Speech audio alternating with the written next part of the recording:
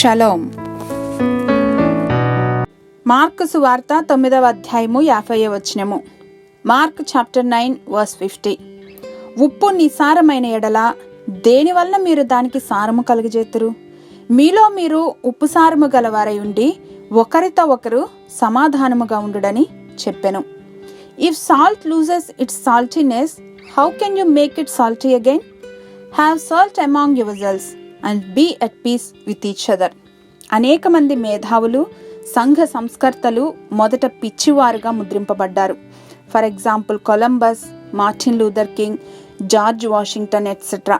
అనేక మంది వారు చేస్తున్న త్యాగపూరిత సేవను మొదట ఎవ్వరూ కొనియాడలేదు. కానీ వారు చేసిన సేవలు జనరేషన్ ఆఫ్టర్ జనరేషన్స్ గుర్తిస్తున్నాయి. మానవాళికి వారి సేవలు ఎంతో స్ఫూర్తిదాయకం. అయితే ఇప్పటి అధునాతన కాలంలో అలాంటి పిచ్చివారుగా ముద్రింపబడటానికి ఎవ్వరూ సిద్ధంగా లేరు.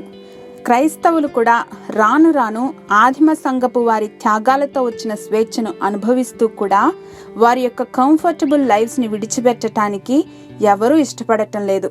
కారణం, మెటీరియలిస్టిక్గా జీవనం సాగిస్తున్నారు అధునాతన ఈ సెక్యులర్ వరల్డ్లో.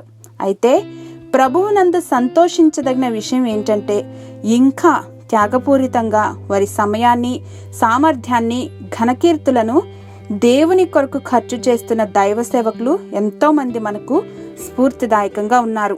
చాలా మంది వారికి సమాజంలో ఉన్న గౌరవ మర్యాదలను సైతం లెక్క చేయకుండా దేవుని రాజ్య విస్తరణలో తమ వంతుగా కృషి చేస్తున్నారు. యేసయ్య శిష్యులు మీకోసం ఎంతో ఉత్సాహంగా జీవించి చూపిన ఆ సారమును, రుచిని మాలో కూడా కలిగించమని యేసు నామములో అర్థించి పొందుకున్నాం మా తండ్రి. ఆమెన్.